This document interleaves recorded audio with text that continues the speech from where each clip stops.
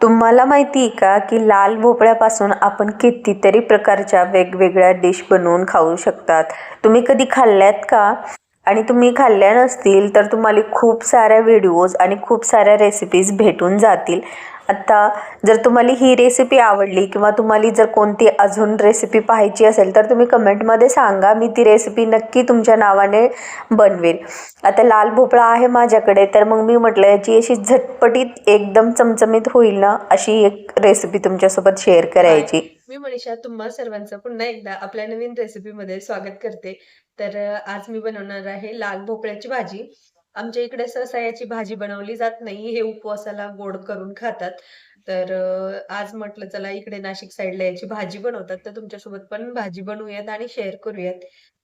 टेस्टला पण छान होते आणि भरपूर ठिकाणी मी पाहिलं की याची सिंपल अशी रेसिपी आहे, पण चवीला खूप छान लागते. म्हणून म्हटलं आपण बनवायचीच एकदा तरी ट्राय केलं पाहिजे म्हणून भोपळा घेऊन आले. तुमच्यासोबत पण शेअर करायची रेसिपी. तर साहित्य काही नाही, छोट्या-मोठ्या गोष्टी आहेत ज्या आपण नॉर्मली तडका वगैरे द्यायला लागतो एवढ्याशाच आहेत. चला पटकन बनवायला घेऊयात. सर्वात अगोदर तर लाल भोपळ्याच्या पूर्ण बिया वगैरे काढून घ्यायच्या, त्याच्यावरती जे दोरे असतात ते पण काढून घ्यायचे आणि त्यानंतर लाल भोपळा कट करायला घ्यायचा. आता मार्केटमध्ये तुम्ही जेव्हा भोपळा घ्यायला जाल तेव्हा तिथे तुम्हाला थोडासा हिरवा भोपळा भेटतो, थोडासा कच्चा असतो तो पण आणला तरी चालेल. आता हा प्रॉपर रेड कलरचा आहे. मला तशी गोड याची एक रेसिपी बनवायची होती खायला, म्हणून मी हा थोडासा लालवाला आणला होता. पण याची भाजी पण खूप मस्त अशी लागते. आणि काही जे भोपळे राहतात, आता याची जी पाठ होती ती थोडीशी रेड कलरची, पूर्ण हा भोपळा पिकलेला होता. काही जे असतात भोपळे त्यांची व्हाईट राहते आणि ते थोडेसे कच्चे असतात, तर ते अशा प्रकारे निघत नाहीत. ते थोडेसे कडक असल्यामुळे आपल्याला थोडासा जास्त जोर लावावा लागतो आणि काढावं लागतं. आता इथे तुम्ही पाहू शकतात की मी कट करून घेतले. आता इथे मी थोड्याशा मोठ्या मोठ्या फोडी केल्यात, पण तुम्हाला जसे आवडतील तशा फोडी करा. क्यूब तुम्ही आपले पनीरचे क्यूब राहतात तेवढाल बनवले तरी चालेल किंवा असे छोटे छोटे बनवले तरी चालेल.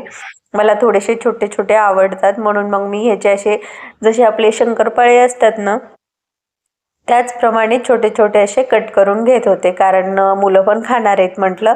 आणि ही भाजी मी दोघांना पुरेल एवढी बनवणार होते, त्यामुळे मी अर्धा भोपळा घेतला आणि अर्धा ठेवून दिला. याची रस्सा भाजी पण खूप छान होते, पण इथे मी रस्सा भाजी बनवत नाहीये, ग्रेव्ही वगैरे. जर तुम्हाला तशी पण पाहायची असेल तर कमेंटमध्ये सांगा, मी ती पण भाजी तुमच्यासोबत शेअर करेल. तर इथे मी सुकी भाजी बनवणार आहे, ज्याच्यामध्ये मसाले वगैरे खूप जास्त मी यूज करणार नाही. आणि इथे सगळा भोपळा मी कट करून स्वच्छ एकदा पाण्याने धुवून घेतलाय. आणि धुवून घेतल्याच्या नंतर यासाठी साहित्य काय काय लागणार आहे ते दाखवते. थोडासा कढीपत्ता फोडणीसाठी, कोथिंबीर, लसण, सोबत भोपळा. आणि मसाल्यांमध्ये खूप जास्त मसाले नाहीत. मोहरी, जिरे, हळद आणि लाल तिखट, आणि तुम्ही कोणता पण एखादा सब्जी मसाला वापरू शकतात. आणि त्याचबरोबर चवीनुसार मीठ. गरम कढईमध्ये तेल थोडंसं टाकायचं. आता तुम्ही तूपसुद्धा वापरू शकतात, खूप भारी तुपामध्ये पण होते. इथे मी एक छोटी पळी एवढं तेल घेतलंय आणि तेल गरम झालं की त्यामध्ये आपल्याला तडका टाकायचा आहे. तर तडका बनवण्यासाठी मोहरी आणि जिरे चांगले असे आपल्याला तेलामध्ये तडतडू द्यायचे आणि लगेच कढीपत्ता टाकायचा. गॅसची फ्लेम मीडियम ठेवायची, कढीपत्ता करपू नये, लसण करपू नये म्हणून. आणि कढीपत्ता भाजला की लगेच त्यामध्ये लसण टाकायचं आणि आपल्याला खूप जास्त भाजायचं नाही लसण, फक्त एकदा परतवून घ्यायचा.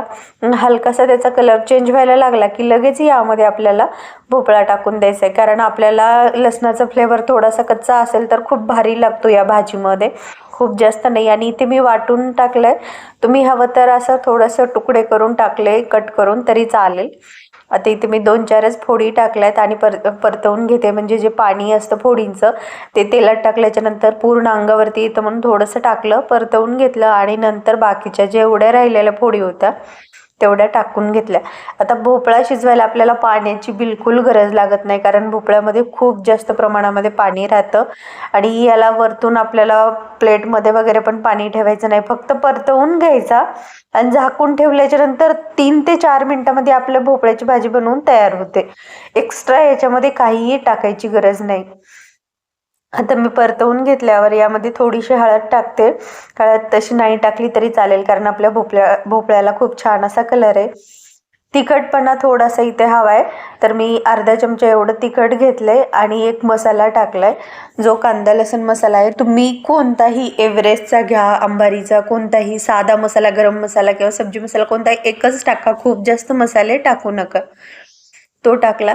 चवीनुसार लगेचच आपल्याला यामध्ये थोडंसं मीठ टाकायचं आहे आणि भोपळा जो आहे तो थोडासा गोड राहतो, म्हणून तिखटपणा थोडासा आपल्याला वाढवायचा राहतो.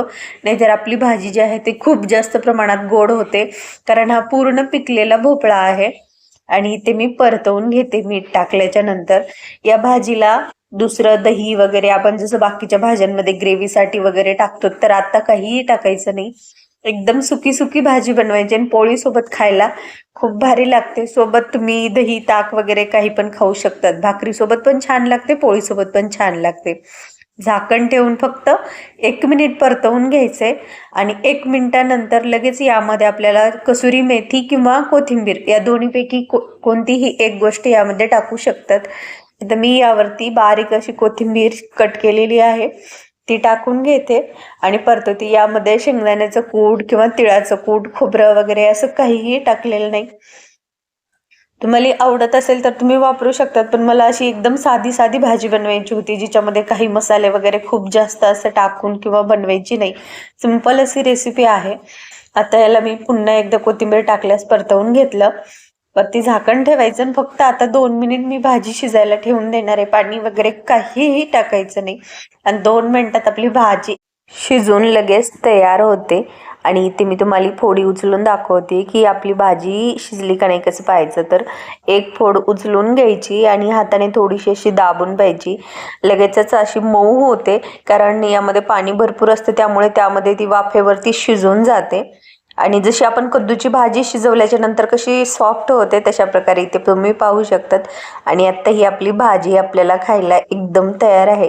गरम गरम भाजी आणि पोळी खायला एकदम भारी अशी लागते. तर आजची रेसिपी तुम्हाला कशी वाटली कमेंटमध्ये नक्की सांगा. आणि तुम्हाला यानंतर कोणती रेसिपी पाहायला आवडेल ते सुद्धा सांगा. बाय.